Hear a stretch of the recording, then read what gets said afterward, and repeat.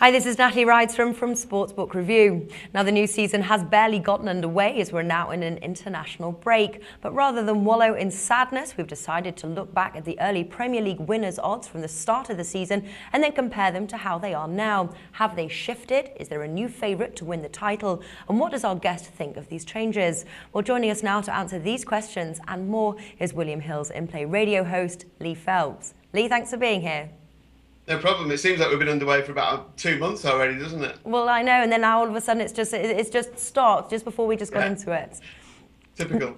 Now, in July, I invited Stuart from BetAdvisor to take an early look at the odds. Now, this was before the new season had kicked off and before all the summer transfers had been completed. Now, back then, the top four in order to win the league was Chelsea, price 2.9, Man City, price 3.4, Man United, price 6.5, and then Arsenal, price 7.5.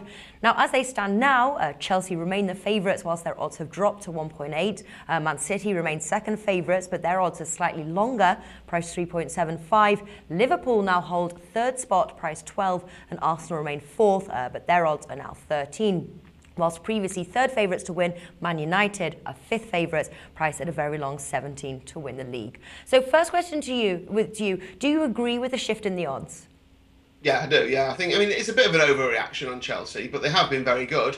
I think they'll find it harder at home than they do away from home, as we've already seen when they played Leicester and had to wait till quite late in the game before they actually got the goal and then won the game. I think a lot of teams who are below them in the table, which will be most of them, will just go there defensively and try and shut them down and stop the space for the best players. So they won't have it all their own way. Away from home, they look fantastic, don't they? I mean, teams will open up against them a bit more at home, so Chelsea can hit them on the break, and they've just got such fabulous players throughout the team, Natalie, and they just added even better players. I mean, they didn't really need any more strikers particularly, and they go and get Loic Remy, who, he could be anything. He could score them 25 goals this season.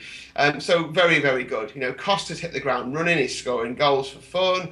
As I said, the likes of Fabregas in midfield. Hazard's obviously he just gets better and better. Oscar's probably got more to come from him. I think Schürrle's an absolutely fantastic player. I think we'll see a lot more from him. Willian as well. I could go on. And then that really strong defensive line. Terry and Cahill, that kind of English backbone in the team. With Matic sat in front of them, protecting them. There's just nothing not to like. I think I've mentioned every player in the Chelsea squad there, more or less, but nothing not to like about them. So I understand why they've got short.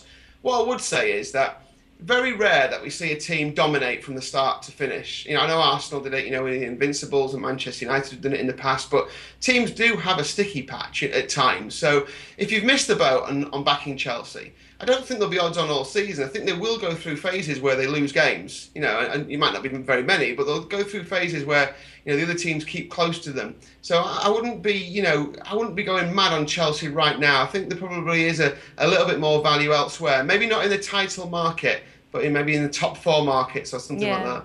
Do you think 1.85 though is missing the boat?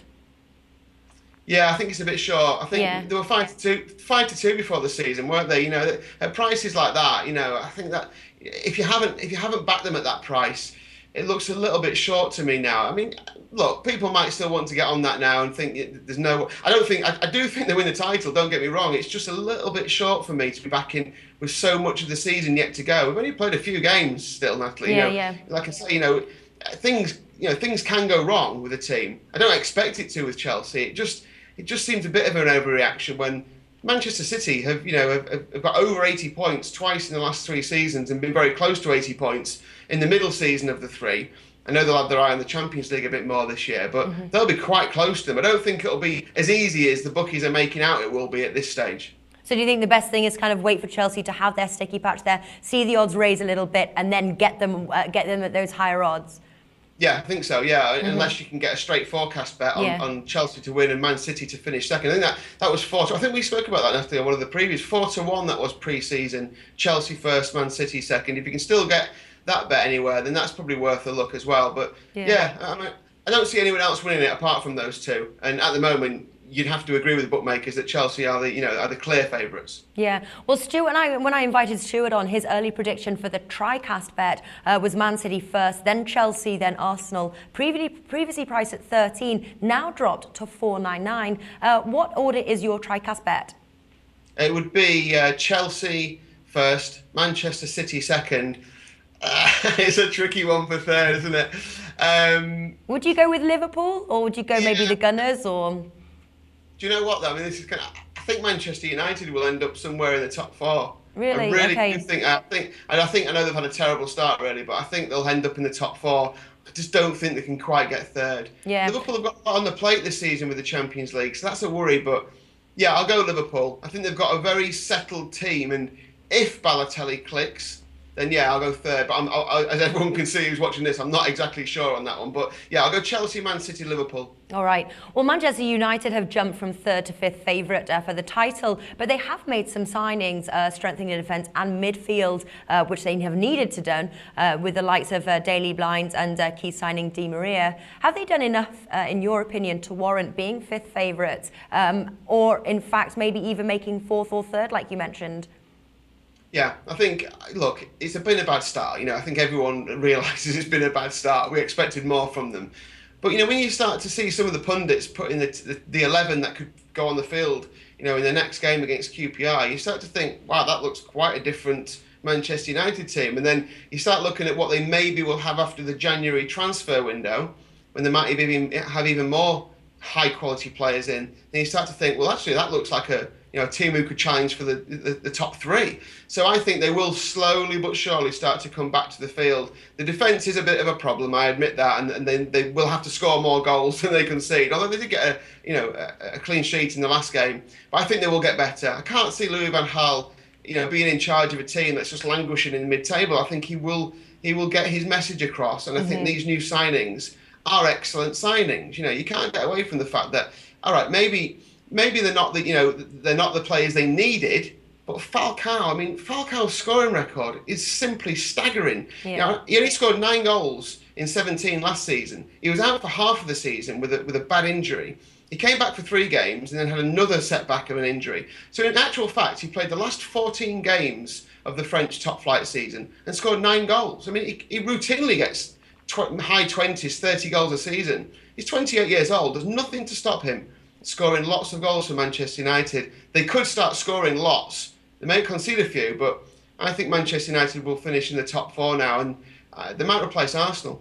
Yeah. Well, another market here, talking about top goal scorers, is the top goal scorer market. And we've had some movement on that. Obviously, previously held by Luis Suarez. At the start of the season, Sergio Aguero held the shortest odds, priced 5, followed by Daniel Sturridge, priced 6.5, and Diego Costa, priced 8. Now, Costa is favourite, priced 3.25. Aguero is priced 7, and Sturridge priced 9. So where's your money going on the top goal scorer market?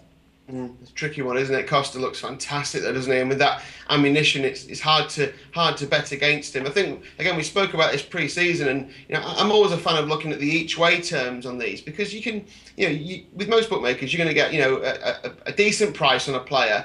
It's quarter of the odds, and they have to finish in the top 4. Well, generally that you don't need that many goals to finish in the top 4. Somewhere around 16 goals will win you that. So you could maybe be looking at someone like someone at a bigger price to do that. I'd be looking at either Costa. I'd look at Costa, but I mean Falcao does interest me. There's some rumours that Robin van Persie might have a niggling injury that might need some surgery at some point during the season. If that's the case, and Falcao is playing with Rooney in this team every week, then Falcao has to be in your thoughts, because, like I say, he's not old. They haven't sold him Monaco or released him because there's a problem with him. He's at Manchester United because he's a fantastic player and he wants to move away from Monaco. So, look, I expect him to get high teens this season, Falcao. I expect him to get 16, 17, so he might be worth a little look. You are relying on him playing every game, but they haven't got Champions League to worry about. They've only got the Premier League and the FA Cup. So Falcao would be in my thoughts. I think he's brilliant. But Costa is a deserved favourite, and anyone looking for a bet right now, Costa would be my man. Is with that a little bit on Falcao each way. Would that be your top tip then for betting the Premier League futures as it stands? Yeah, because I think that Chelsea are going to win the league. I don't like the price, but effectively, if Chelsea do win the league, you're backing Costa to be top scorer. Yeah. In a title-winning team. Obviously injuries could come into it, but look, he's a goal scorer. He's going to have chances every single game. So I think that's almost like a nice price and a nice way to back Chelsea to win the title, if you like. All right, wonderful. Lee Phelps, thank you for joining us today. Thank you.